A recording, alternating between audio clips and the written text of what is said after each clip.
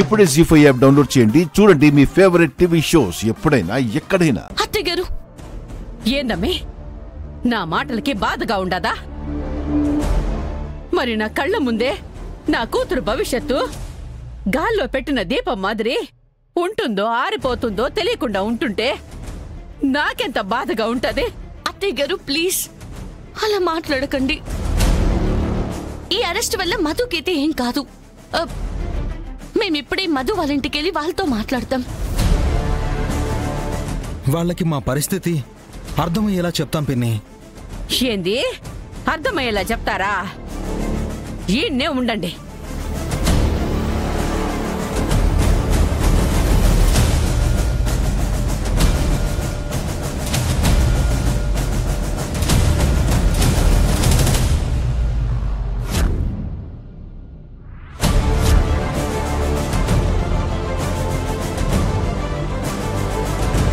అత్తారింటి నుంచి కట్టుబట్టలతో కన్నీళ్లతో పుట్టింటికి తిరిగొచ్చిన నా కూతురికి చెప్పు, ఏం చెప్తావో?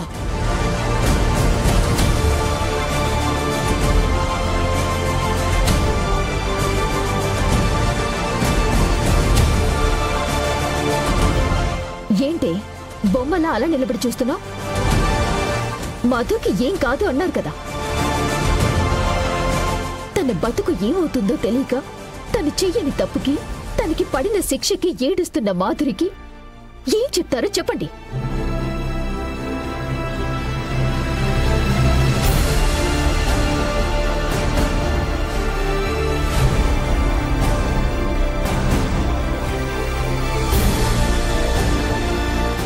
ఏమైంది మధు? ఎందుకు ఇంటికొచ్చావు?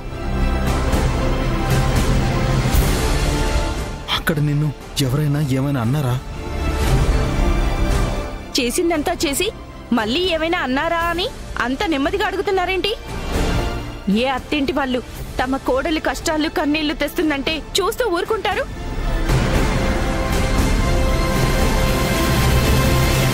ఇవాళ అత్తారింట్లో సంతోషంగా నవ్వుతూ భర్తతో ఉండాల్సిన నా చెల్లి పుట్టింట్లో మా మధ్య కన్నీళ్లు పెట్టుకుంటుందంటే దానికి కారణం మీరు.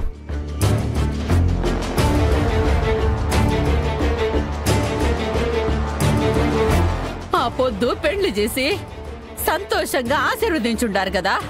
నన్ను ఆశీర్వదించండి. ఈ పొద్దు ఆ సంతోషం మీ వల్లే పోయి ఉండదు.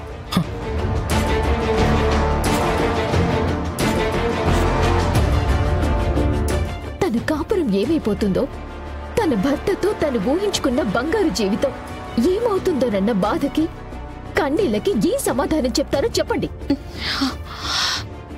అసలేమైంది మధు? జేడీ టీం వచ్చి మావయ్యని అరెస్ట్ చేసి తీసుకెళ్లగానే మేమింటికెళ్ళాం. మావయ్య గారి అరెస్టుకి కారణం మా పుట్టింటి వారే అని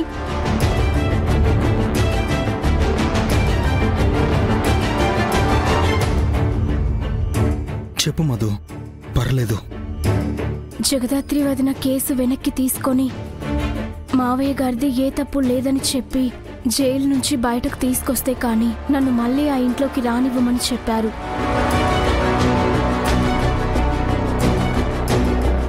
జగదాత్రి వదిన కేసు వెనక్కి తీసుకుంటేనే నన్ను మళ్ళీ ఆ ఇంట్లో అడుగు పెట్టనిస్తామన్నారు.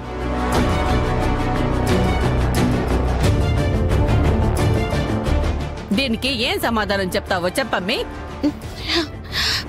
సారీ మధు, మీ అత్తింటి వాళ్ళు నా మీద కోపాన్ని నీ మీద చూపిస్తారనుకోలేదు.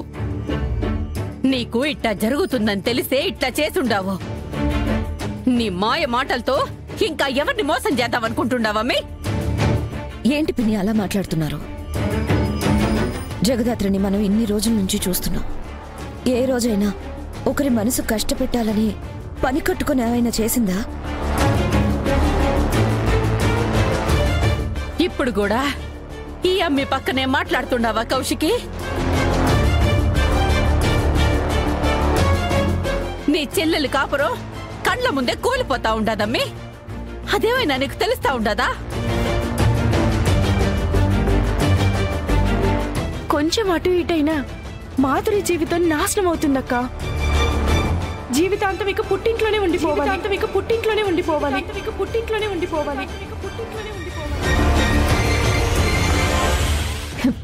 ఆయన వజ్రపాటి ఇంటి ఆడపిల్లలకి పుట్టింట్లో ఉండటం కొత్తవి కాదు కదా.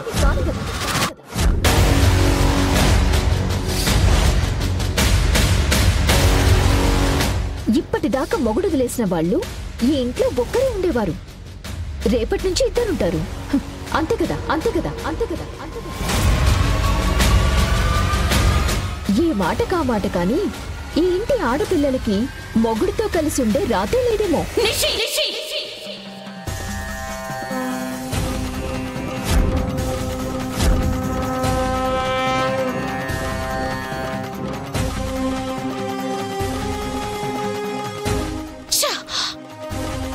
నువ్వు ఇంటి కోడలివే.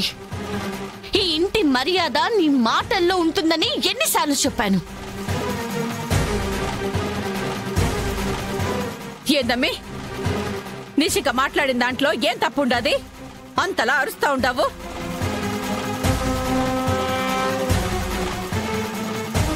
ఈ ఇంట్లో నా కూతురు పుట్టింటికి తిరిగి వచ్చేసిందన్న బాధ గాని, కాపురాన్ని నిలబెట్టాలనే ఆలోచన కానీ ఎవ్వరికి ఉన్నట్టు లేదు కదా.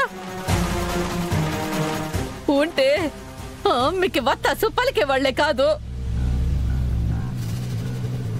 ఇప్పుడు ఇక్కడ సమస్య ఎవరి తరపున మాట్లాడుతున్నారనే, లేదా మాధురికి వచ్చిన సమస్యకి పరిష్కారాన్ని వెతకడమా?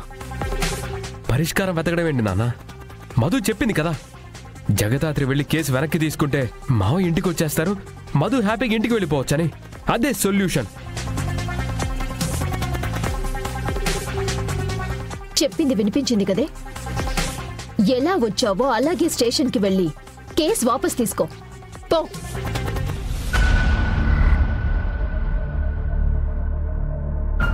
ఏందమ్మి చెప్తా ఉంటే వినిపించడం లేదా?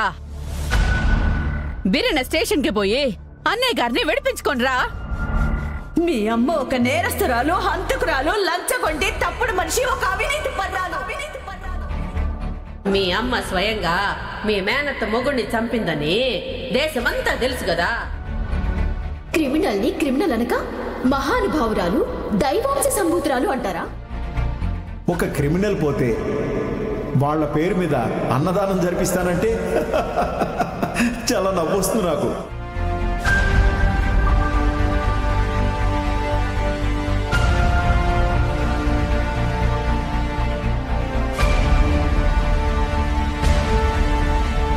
మధు, సారీ మధు. నేను కేసు వెనక్కి తీసుకోలేను.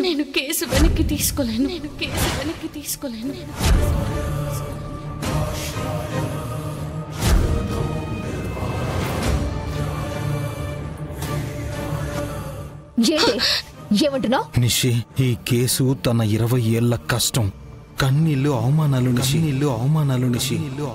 నిషి. జీ5 యాప్ డౌన్లోడ్ చేసి అన్ని ఎపిసోడ్స్ పూర్తి ఉచితంగా చూడండి.